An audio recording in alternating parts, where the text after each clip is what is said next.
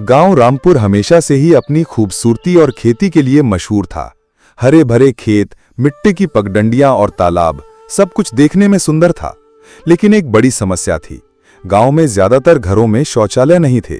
लोग खेतों और नदी किनारे खुले में शौच करने जाते थे। बरसात के मौसम में ये और भी बड़ी समस्या बन जाती थी। गांव के चौपाल पर सभी लोग इकट्ठा हुए। गांव के सरपंच रामलाल ने आवाज लगाई, भाइयों और बहनों, सरकार ने अब एक नई योजना निकाली है, ग्राम शौचालय लोन योजना।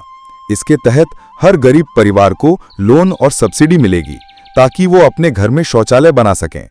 लोग कानाफूसी करने लगे, लोन? अरे हम तो पहले से ही कर्ज में दबे हैं। लेकिन बहनों को बहुत दिक्कत होती है, अंधेरा होने का इंतजार करना पड़ता है। तभी शिवानी, जो गांव की स्कूल टीचर थी, बोली, ये शौचालय बनाना सिर्फ इज्जत की बात नहीं, सेहत की भी बात है, बीमारी भी कम होगी। सभी लोग चुप होकर सोचने लगे। सभा में बैठा गुलाबचंद, एक गरीब किसान, धीरे से बोला, साहब हम तो पहले ही बैल खरीदने के लिए लोन ले चुके हैं, अगर ये शौचालय लोन चुकाने में परेशानी हुई तो? सरपंच समझाते हुए बोले, गुलाबचंद, ये लोन अलग है, सरकार इसका आधा पैसा खुद भरेगी, तुम्हें बस थोड़ा सा हिस्सा देना होगा। सुनकर बाकी लोग भी राहत की सांस लेने लगे। अचानक गांव का चालाक ठेकेदार भोलाराम उठा और बोला, अरे भाई, शौचालय बनाना आसान काम नहीं है, मैं ही सबके लिए बना दूंगा, बस हर घर से थोड़ा ज्यादा पैसा ले लूंगा। गांव वाले फिर से डर गए, लेकिन शिवानी मैडम और सरपंच ने साफ कहा, नहीं, सरकार का नियम है कि जो परिवार चाहे वो खुद मजदूर रखकर भी बना सकता है। हमें मिलकर चालाकी से बचना होगा। गांव के लोग बैंक गए। बैंक मैनेजर शुक्ला जी ने सभी को फॉर्म दिए। कुछ बूढ़े लोगों को पढ़ना नहीं आता था तो बच्चे उनकी मदद करने लगे। गुलाबचंद फॉर्म भरते हुए बोला, अरे वाह, पहली बार हमें भी कोई सुविधा मिल रही है। सीन में दिखाया जा सकता है, सब लोग पंक्ति में बैठे हैं, कोई अंगूठा लगा रहा है, कोई हस्ताक्षर कर रहा है। धीरे धीरे गांव में शौचालय बनने लगे। औरतें मिट्टी और ईंट ढो रही थीं। बच्चे पानी लाकर मजे मजे में मदद कर रहे थे। मिस्त्री ईंट जोड़ रहा था। पर्दे पर मजेदार गाना और हंसी मजाक का माहौल दिखाया जा सकता है। गुलाबचंद का बेटा पिंटू खुशी से बोला, अब हमें रात में डर के खेत नहीं जाना पड़ेगा। ठेकेदार भोलाराम ने कोशिश की कि लोग उसके महंगे रेट पर काम कराएं, लेकिन सरपंच ने ऐलान किया कि जो भी ज्यादा पैसा मांगेगा उसका नाम ब्लैकलिस्ट में डाल देंगे। गांव वाले भोलाराम की चालाकी पकड़ लेते हैं। सब लोग तालियां बजाते हैं। कुछ महीनों बाद पूरा गांव बदल गया। अब गली मोहल्ले साफ थे। बच्चे स्कूल जाने से पहले आराम से शौचालय जाते थे। महिलाएं खुश थीं कि अब उन्हें छिपना नहीं पड़ता। बीमारियां भी कम होने लगी। डॉक्टर ने गांव आकर कहा, अब गांव में बच्चों की सेहत अच्छी हो रही है क्योंकि गंदगी कम हुई है। फिर से चौपाल पर मीटिंग हुई। इस बार जिले के अधिकारी आए और बोले, रामपुर गांव अब ओपन डेफिकेशन फ्री गांव बन गया है। आप सबने मिलकर यह कमाल किया है।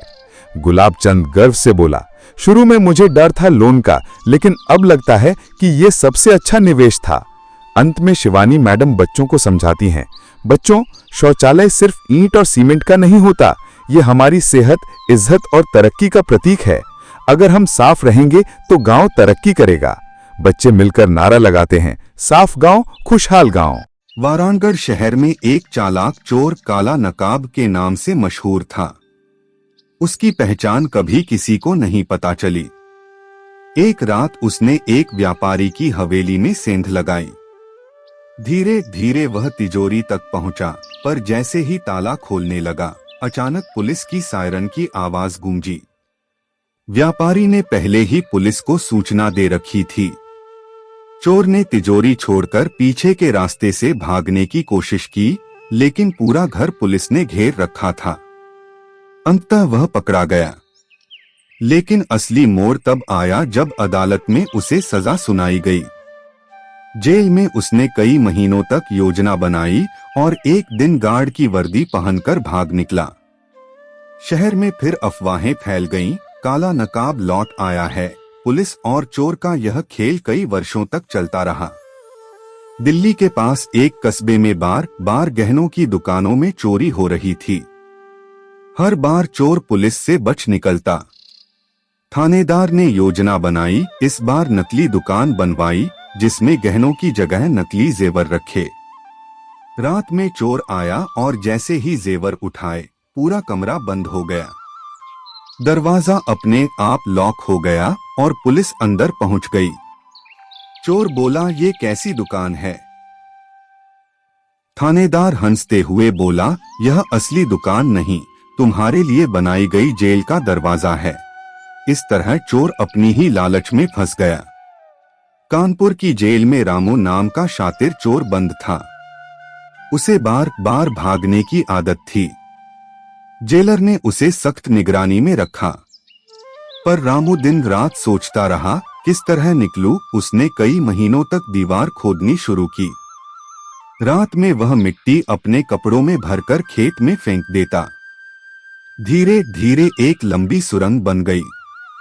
एक तूफानी रात में वह सुरंग से निकल भागा, पर उसकी किस्मत खराब थी। जिस जगह सुरंग खुलती थी वहां पुलिस गश्त कर रही थी।